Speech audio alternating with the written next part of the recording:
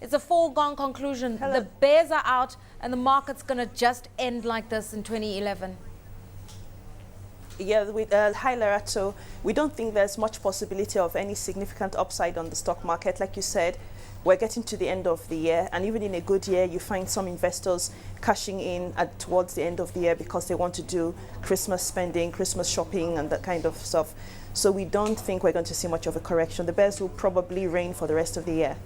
Okay, let's talk about what's happening quickly on the currency side. Today, the Naira is 161 Naira, 25 Kobo. Now, we know what the central bank had decided, that the new stability level was 155, give or take 3%. But it seems as though it's now moving past that band of that 3%. Yeah, we've seen a bit of that in the interbank market today, like you said, closing above 161. But if you take a look at the CBN window, there was actually an appreciation of 95 kobo. So that has reversed the 1 Naira 5 kobo depreciation that we saw on Monday. So that takes the CBN rate to about 156.31 in the official market. At the same time, the central bank has been intervening in the market through the two-way quote system to make sure that levels stay within the band that they want it to.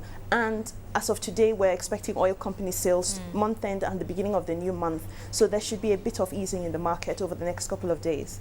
I mean, we've just had an analyst here early on the program saying the Naira effectively has depreciated 6 to 7% against the US dollar. It's not something to be panicking about when you look at global trends. Is the Naira something that investors would look at as they think of returning to Nigeria?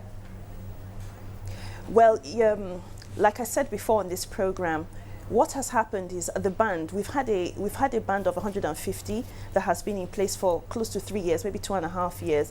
That band has changed. So we're talking about a 3% around 155. There's a new base. So give or take 4 Naira each way. Yeah, we're closer to the higher end of it.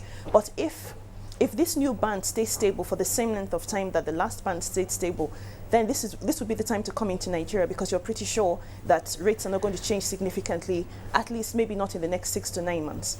All right, let's talk about what's happening on the fixed income side, because this has been more attractive than equities.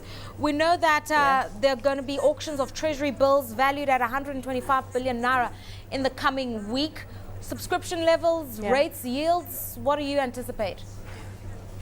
Well, we actually had an open market bid today, roughly 100 billion for 2 different tenors, and the rates moved, yields have moved up. We saw 16% and 16.4%. So like you said, those are very attractive fixed income yields, and the tenors, both tenors are below 1 year. One is roughly 6 months. So for those kind of returns, 16% in 6 months looks very attractive. For the auctions later on in December, the rates may trend down just a little bit, but there's a lot of interest in the treasury bills. At the same time, we're seeing interest in bonds because, I mean, if you can lock in 15%, if you're a PFA, you can lock in at 15, 15.3, 15.4 over the next couple of years. That looks attractive as well. What do you expect the trends to do into the next quarter of the year? Because the governor and his team have kept interest rates unchanged. The Naira, as you're saying, should reach some kind of stability. The government is intent on locking in its spending, or rather just reining that in. So these are all variables that are going to count for something, as well as inflation. Well, that is true. The next MPC meeting is next year. So there's not going to be any significant shift in policy through the end of 2011. We will almost certainly see exchange rates staying roughly at the levels they are, maybe a little bit of depreciation, 0.5% towards the end of the year. By the middle of December, the import cycle would have slowed down, so the pressure in that market will be less. In terms of interest rates, they also may rise slightly, maybe year-end pressures. We may see a little bit of a rise in interest rates, but basically no major shift until the next MPC meeting, which is sometime in January of 2012, and that will set the direction for the first quarter. The impact of global factors, Kubi, we're also talking about how we're seeing central banks in Europe deciding to decrease interest rates by 50 basis points to stimulate growth and lending in those economies. Not quite the trend in Africa at the moment. As investors look for yield, what would be the investment case for Nigeria? Well, like you said, not quite the same at all. Yields here are still pretty high. If you look at the currency risks, you maybe 1%, 2%. If you look at the yields, 16%, 15%.